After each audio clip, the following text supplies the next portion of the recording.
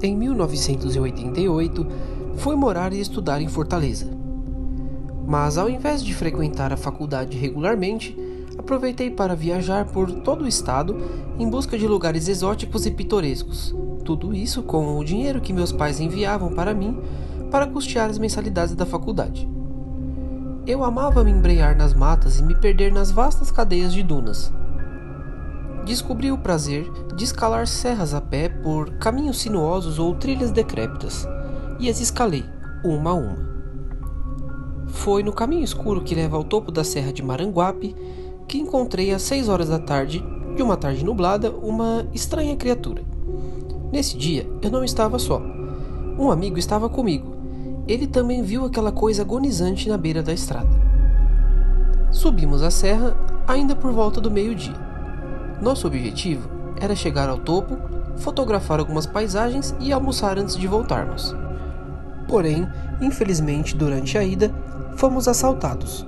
Nos tomaram alguns objetos mais valiosos, como a câmera fotográfica e nossos relógios, além, é claro, de todo o dinheiro contido em nossas carteiras. Dessa forma, chegamos ao topo da serra, agradecendo a Deus por ainda estarmos vivos, mesmo que, infelizmente, sem nossos estimados e valiosos bens. Porém, ainda nos restava a comida que reservávamos para antes da descida.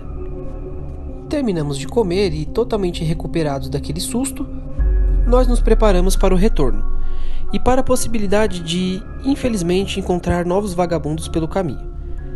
Depois de vencermos a íngreme trilha de descida, em meio às rochas que levavam ao topo da serra, pegamos novamente a estrada asfaltada que cobria o resto do trajeto para baixo. Agora preciso tentar descrever essa estrada. Era um caminho escuro, frio, onde uma umidade constante encobria tudo sempre com uma fina camada de água. O asfalto estava em boas condições devido ao reduzido número de veículos que por ali trafegavam. E todo o trajeto era dominado por folhas de bananeira.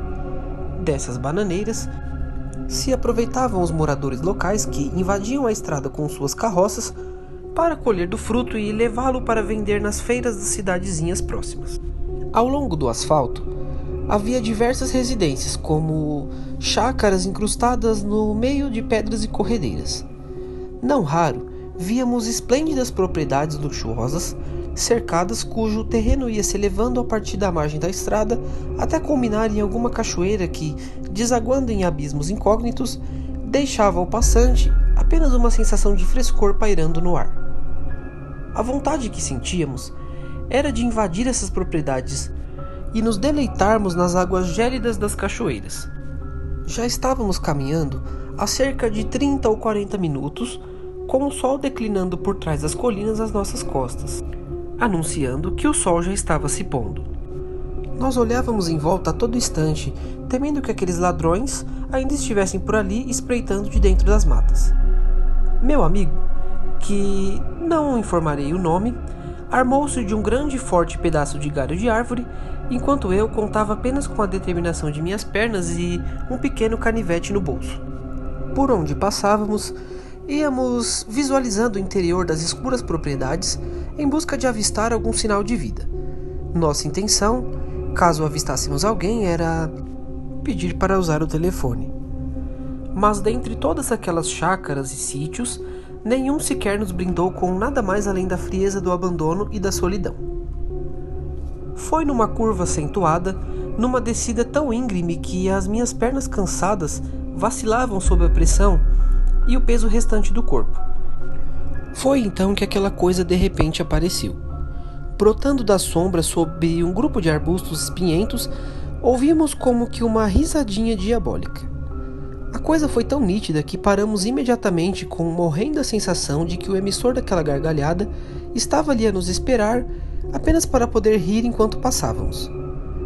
Meu amigo ergueu o galho pontudo que trazia e eu tirei o meu canivete do bolso, quando dessa vez escutamos um grito pavoroso, como se fosse um grito de dor, e depois vimos quando as folhas dos arbustos começavam a balançar, atingidas por algum golpe oculto, ou agitadas por um ser que parecia estar agachado entre elas.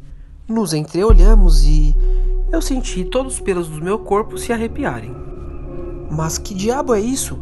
gritou ele, apontando um pedaço de galho para o arbusto. Eu, que estava calado fiquei. E aquela coisa se agitou novamente na escuridão. Olhei para trás, buscando detectar algum movimento numa propriedade próxima, mas estava tudo tão escuro e quieto, mais deserto ainda que a própria estrada, já que agora eu e meu amigo tínhamos de fato encontrado nosso caminho, algo que certamente era temível. Quando voltei meus olhos novamente para a direção do barulho, vi que meu amigo tinha se aproximado daqueles arbustos e depois olhou para mim com os olhos arregalados. Estava fitando o chão e remexendo os galhos mais baixos do arbusto de folhas escuras. "Veja", disse ele com uma voz trêmula. "Vem aqui e veja esse homenzinho que eu encontrei." Aproximei-me lentamente. Alguma coisa nova na atmosfera que se descortinava diante de mim fazia com que o dia se tornasse ainda mais escuro e sombrio. Meu amigo estava inclinado para a frente, tentando ver melhor o que estava se escondendo no arbusto. Quando me coloquei ao seu lado, ele não disse nada. Olhou-me nos olhos e pude ver que ele estava chorando. "O que houve? O que é isso?" Perguntei para ele, já meio que entrando em desespero. Ele então apontou para um ponto na escuridão do arbusto rente ao chão. Olhei e avistei algo que executava débeis movimentos por entre as folhas molhadas. Foi nesse instante que eu senti minhas pernas vacilarem. Havia ali, jogado ao solo, um pequeno ser. Ele estava ferido, com rasgões profundos e sangrentos espalhados por todo o corpo. Ele assemelhava-se a um homem, musculoso, avermelhado e coberto de pequenos pelos. Não estava sem roupas como se poderia supor de algum tipo de animal. Ele trajava calças rasgadas de um material semelhante ao couro. Na cintura, um pequeno cinto provavelmente feito de metal. Sua cabeça era alongada na parte superior e as orelhas pontudas apontavam para o alto como as dos cães pastores. A pele de seu rosto era completamente preta, e no lugar onde deveria estar o nariz, um focinho alongado, que me fazia lembrar até algum macaquinho. Meu primeiro pensamento foi de que estávamos diante de alguma espécie de primata característico da região, ou mesmo algum animal raro. Sei de muitas pessoas que costumam vestir pequenos macacos que criam em casa como de estimação, ou até mesmo em circos. Sim, deveria ser isso, um macaquinho de circo. Essa era a resposta. E eu já ia bater nas costas de meu amigo para que ele parasse com todo aquele medo diante de um bicho fugitivo de algum lugar das imediações, quando vi se erguer uma de suas pequenas patas peludas e, para o meu mais profundo terror, encarar-me diretamente nos olhos, fazendo em seguida o sinal de não. Eu não conseguia mais desviar o olhar daquela coisa, e passei a sentir um incômodo profundo em algum lugar dentro da minha cabeça. De repente, comecei a ter estranhas visões. Era como se todas as más lembranças guardadas em minha memória estivessem sido trazidas à tona por alguma força que emanava do pequeno animal, enquanto ele me olhava em silêncio. Toda a minha vida, todos os erros e coisas mais secretas estavam passando diante de meus olhos, revivendo terrores infantis, tristezas e vergonhas. Senti brotarem do meu peito lágrimas incontroláveis, a exemplo de meu amigo, agora sentado na estrada, mergulhado num pranto amargo. Eu também não podia mais me controlar. Sentei-me do seu lado e choramos juntos. Choramos muito, como creio que jamais chorei na vida. Depois senti que algo se aproximava de nós. Olhamos para o solo e avistamos aquele ser. Ele estava junto a nós, deitado no asfalto frio e com suas patinhas tentava recolher as gotas que nos caíam dos olhos nas roupas e no próprio chão. Ele estava tentando recolher as nossas lágrimas, mas parece que ele queria bebê-las, pois quando as ingeria, de qualquer forma, suas feridas desapareciam. E ele levava as mãozinhas à boca em desespero, pois era um ser que se alimentava de lágrimas. Sem nenhuma piedade, ele assaltava nossas mentes com as mais opressoras tristezas e nos fazia mergulhar no que havia de pior em nós mesmos para arrancar-nos o líquido que lhe era tão precioso. Meu amigo, não aguentando mais aquela situação, tentou atingir aquela coisa com um pedaço de pau, mas no mesmo instante ficou paralisado e com uma expressão aterrorizante no olhar.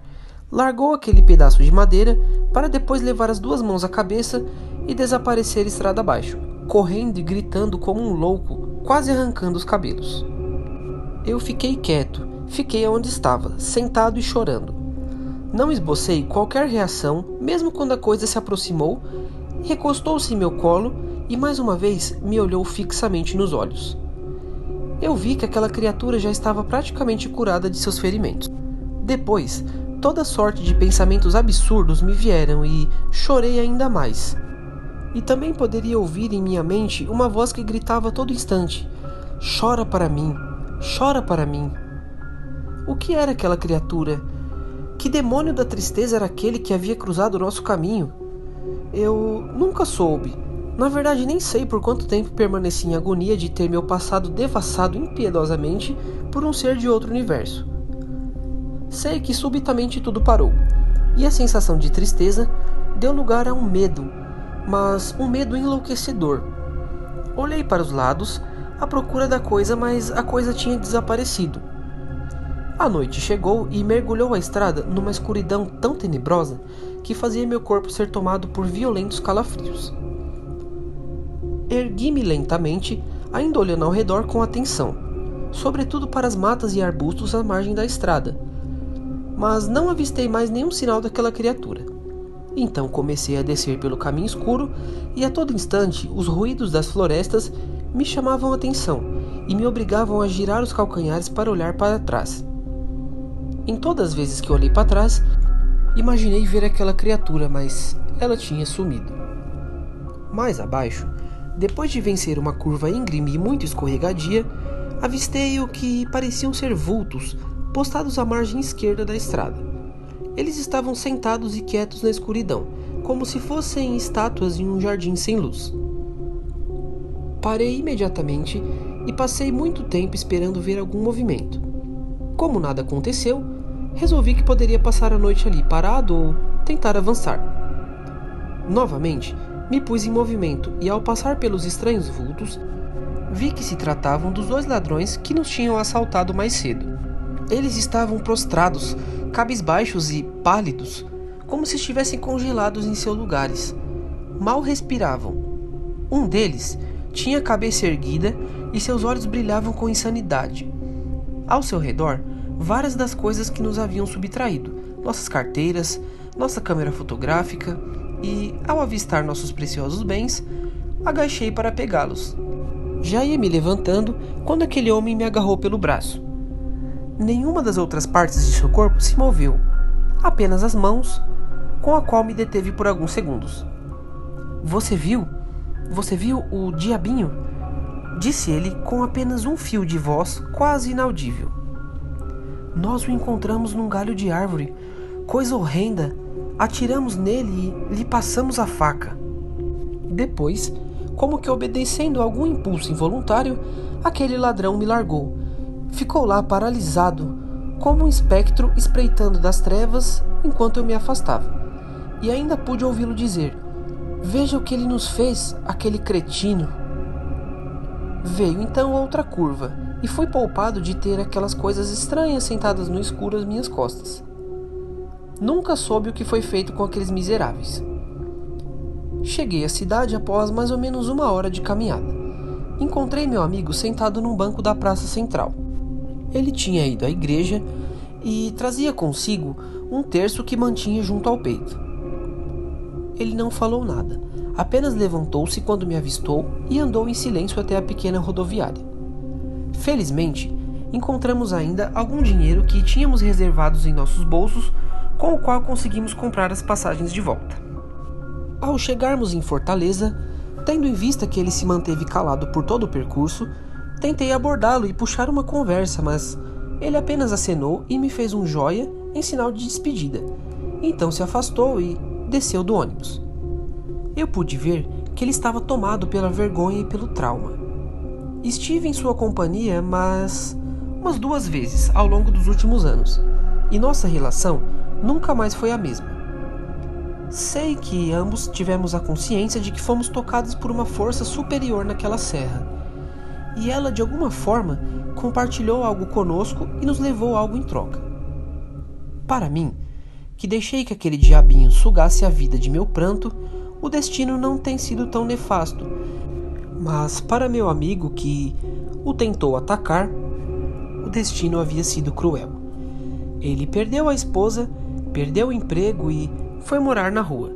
Viciado em crack, acabou se afundando cada vez mais. Eu resolvi escrever o que se passou, pois ontem eu vi o pobre coitado no centro da cidade, e a situação dele me deu dó.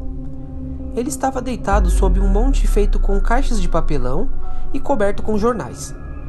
Quando ele me reconheceu, levantou-se assustado e correu desaparecendo de minhas vistas, e mergulhou na loucura da noite.